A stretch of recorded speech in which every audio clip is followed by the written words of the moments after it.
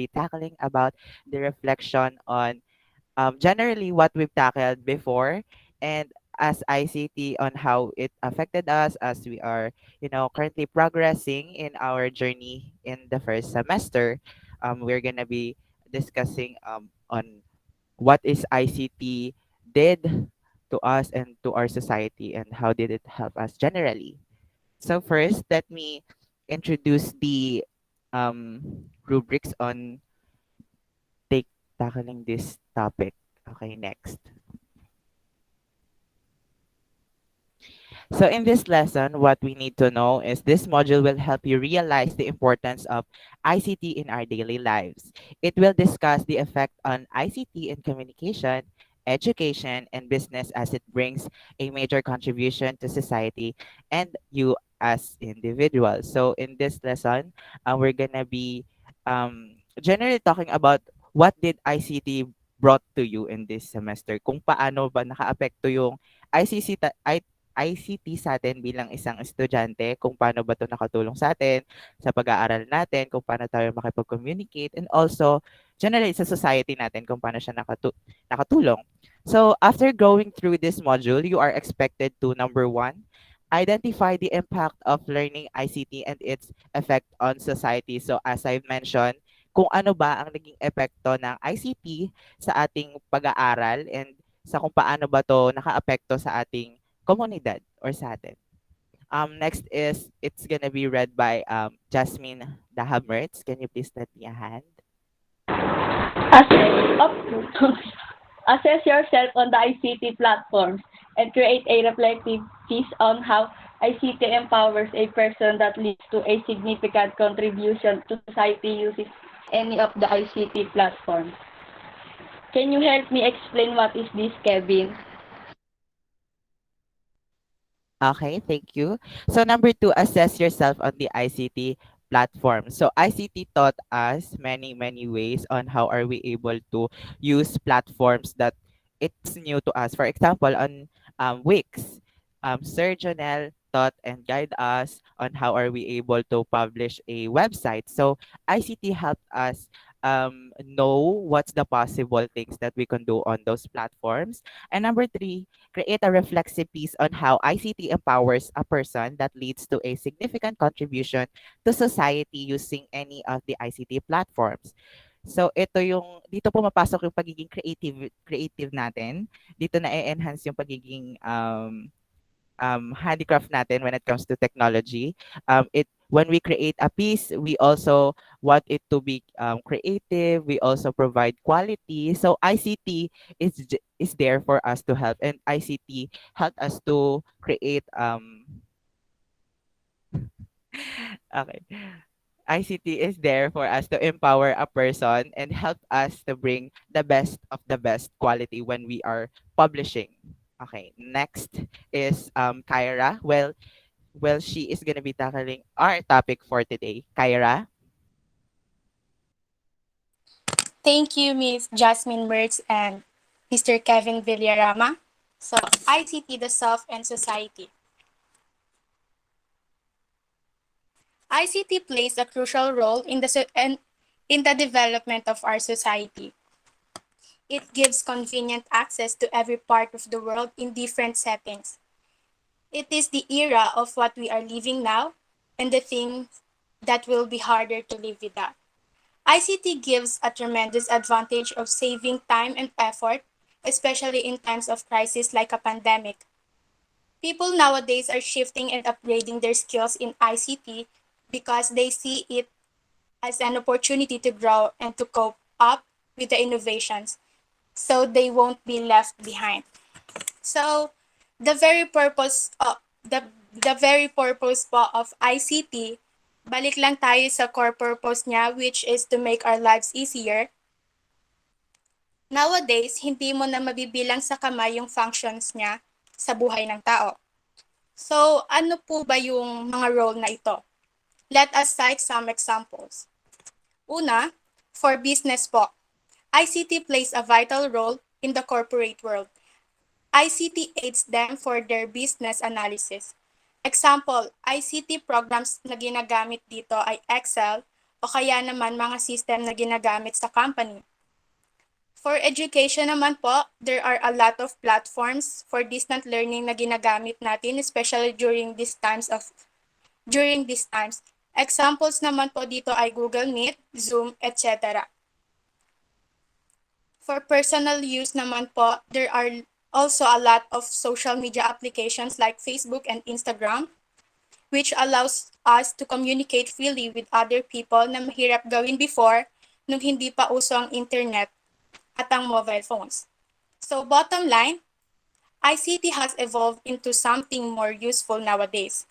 It has and will continue to serve us different functions to make our lives easier.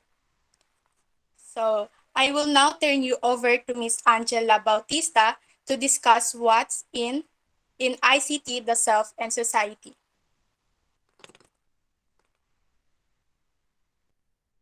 Thank you, Miss Kyra. What's in? You have learned that it is essential to maintain and sustain the effectiveness of the ICT platforms you are using to gauge the trends in society. You must keep up-to-date information and manage messages properly to avoid confusions or miscommunications with the client. You must express yourself clearly in order to avoid any misunderstanding with the person you are speaking with. We all know that ICT assists not just students like us, but also anyone who uses it in their daily lives through communication and more.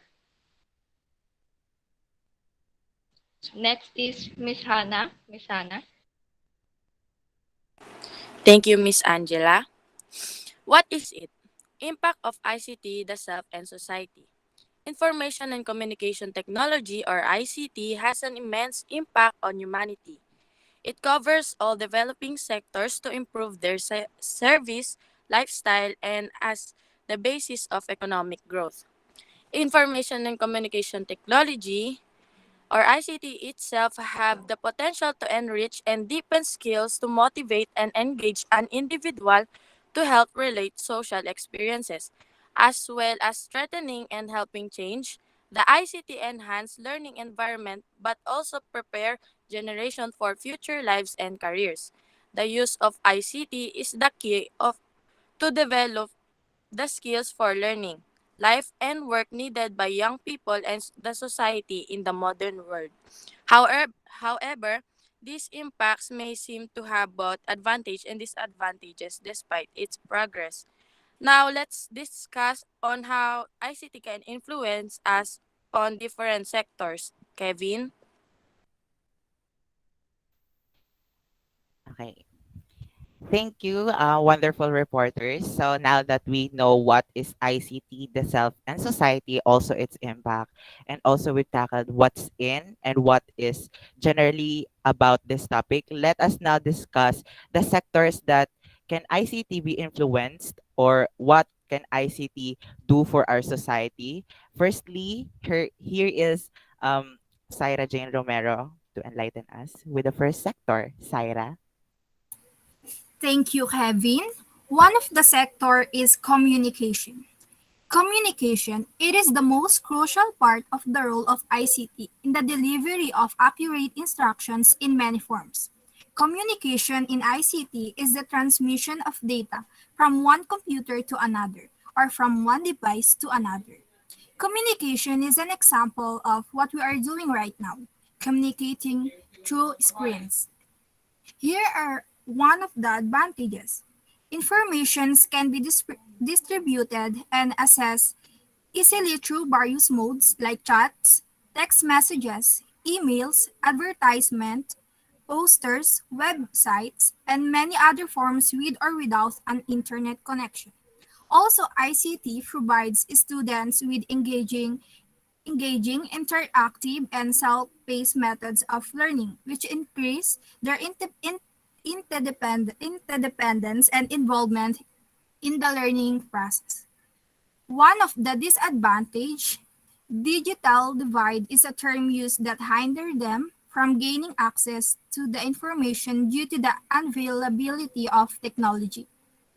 And also the disadvantage is ICT, when it comes to distance communication, may be not be accessible to some people, organizations, or community due to several factors like socioeconomic status, government rules, cultural norms, or place restrictions. The next sector is education to be led by Antoinette Kamat. Thank you, Saira. The second sector is education. It is not only a trend but a call to take advantage of the ICT platform in distant education. As Secretary Leonor Magtolis Briones said that education must continue despite the crisis the Philippines is experiencing. And here we are right now. Our department and government our department and government are doing their best to support distance learning. Of course, this one has a advantage and disadvantage, but we're going first on the advantage.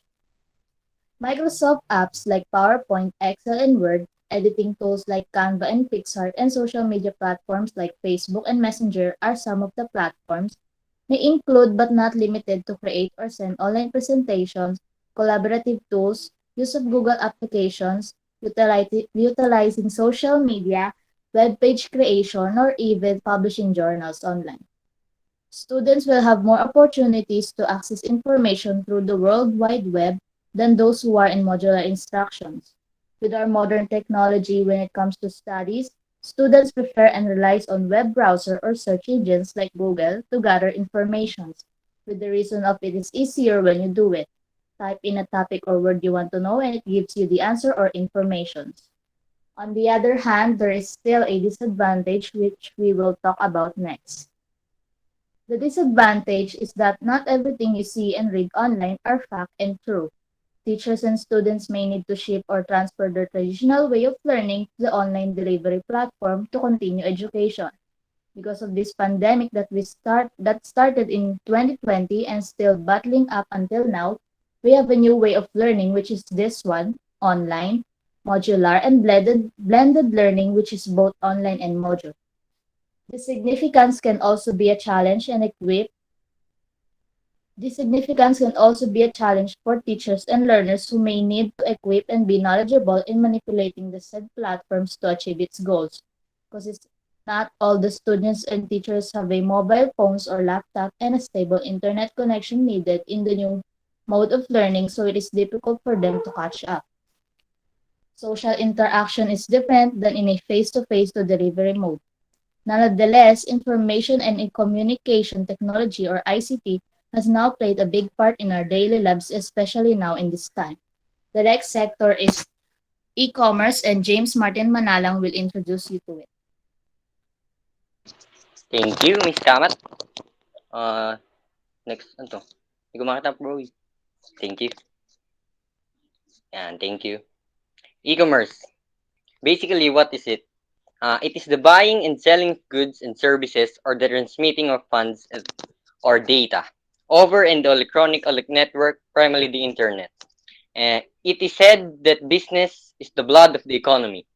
ICT plays a vital role when it comes to e-commerce, where most of the jobs operate using different technologies.